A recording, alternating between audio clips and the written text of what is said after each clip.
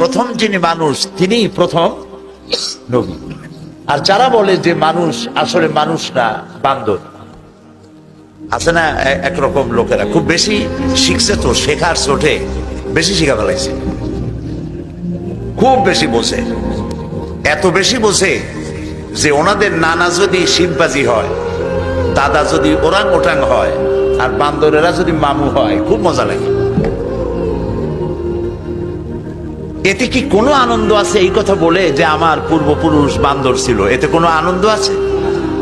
এতে আনন্দ ওই সমস্ত লোকদের যারা ইট, ড্রিঙ্ক অ্যান্ড বি মেরি, খাও, পান করো, ফুর্তি করো, টু ফুর্তি, নো চিন্তা, পরকাল বলে কিছু নেই। এই বেলা ভাই মদ খেয়ে নাও, কাল নিশীতের ভরসা কই, চাঁদনি জাগিবে যুগ যুগ ধরি, আমরা তো আর রবনাশ হই।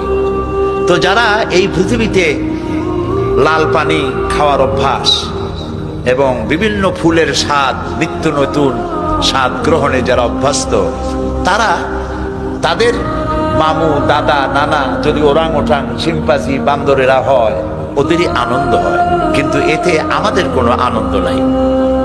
আমাদের আনন্দ এবং গৌরবের বিষয় এই যে আমাদের প্রথম পুরুষ,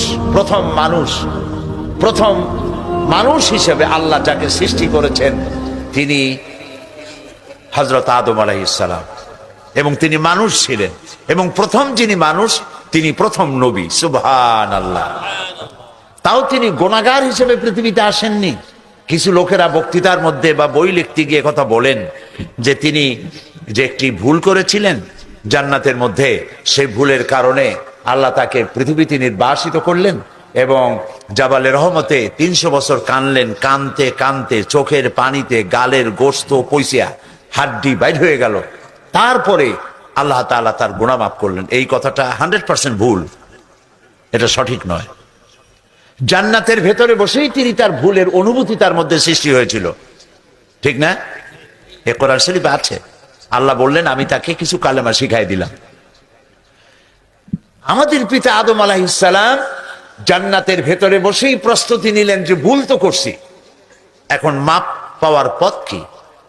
যদি আল্লাহ প্রশ্ন করেন এত জিনিস, এত নিয়ামত থুইয়া তুমি যেটা নিষেধ করলাম ওইটার কাছে গেলা কেন, এই প্রশ্ন যদি আল্লাহ করেন তাহলে আমি কি বলবো?